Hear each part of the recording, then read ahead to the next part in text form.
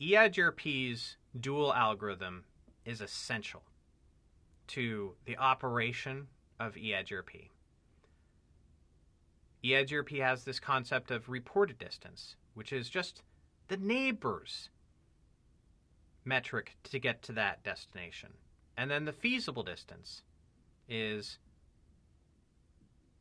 the overall metric.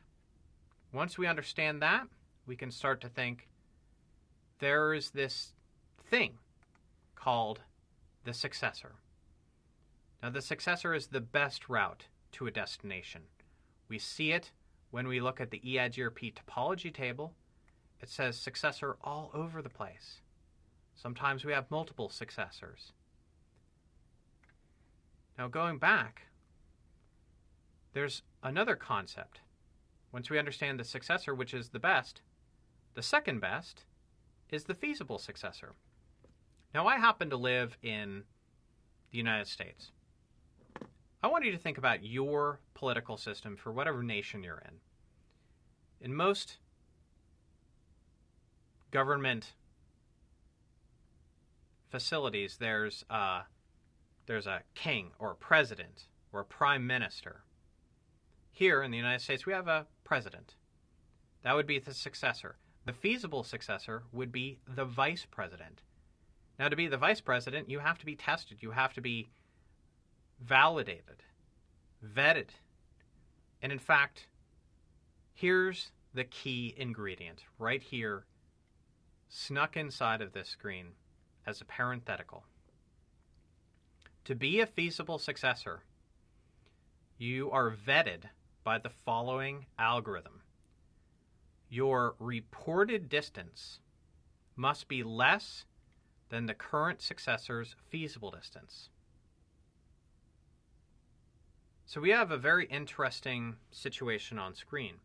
And I want to ask you, do we have a successor in this topology? Yes, we have a successor. That's the best route. So I'm going to mark that right now.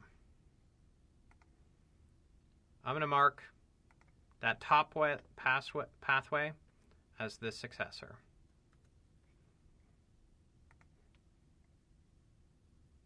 I'll just do an S, a parenthetical S. But is the other pathway a feasible successor? Is the other pathway a feasible successor? What are we comparing? Pause. Do this on your own. Reported distance has to be lower than the current successor feasible distance.